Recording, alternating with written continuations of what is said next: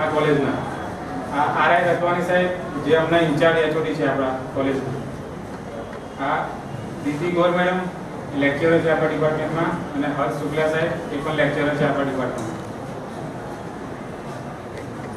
બસ મિત્રો, તમારું આ પોલિટેકનિક ખાતે સ્વાગત કરીએ છીએ અને ઈચ્છીએ કે આપણા 3 વર્ષ બહુ સારા રહે. Thank you. તમારે કોઈ પ્રશ્ન પૂછવાનો હોય પેરેન્ટ્સને, કોઈને કોઈ ડાઉટ હોય, કંઈ પૂછવું હોય, ક્વેરી હોય.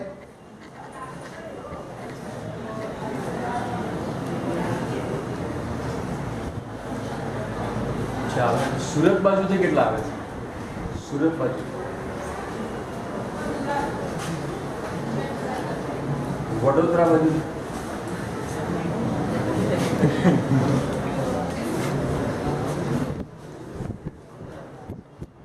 લોકલ ભરૂચ.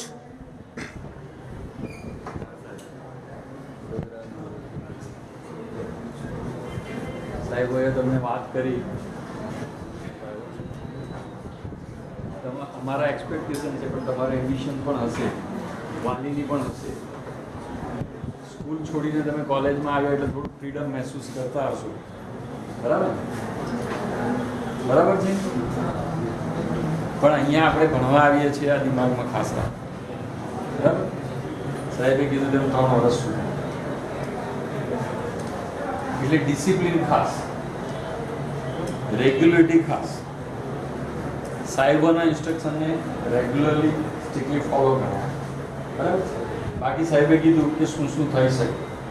અમે તમારા ટીચર છે એટલે તમને સજા કરવા માટે અહીંયા નથી, પણ ટુ મેન્ટેન ડિસિપ્લિન કેટલીક એક્શન લેવી પડતી હોય.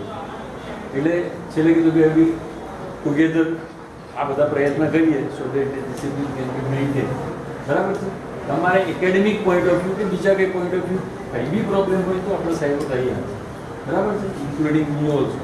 તમે પૂછી છે, જાતે જાતે કંઈ ડિસિઝન લઈને પ્રોબ્લેમ ઊભા કરવાના નથી. ઓકે, દિમાગમાં એક રાખવાનું કે અમે ભણવા આવીએ છીએ, આપણે ભણવાનું છે. આવી રીતનો મોબાઈલ વાગવો જોઈએ નહીં, બરાબર. વાલીને, વિદ્યાર્થીને બધાને એમ થાય કે મોબાઈલ તો જોઈએ.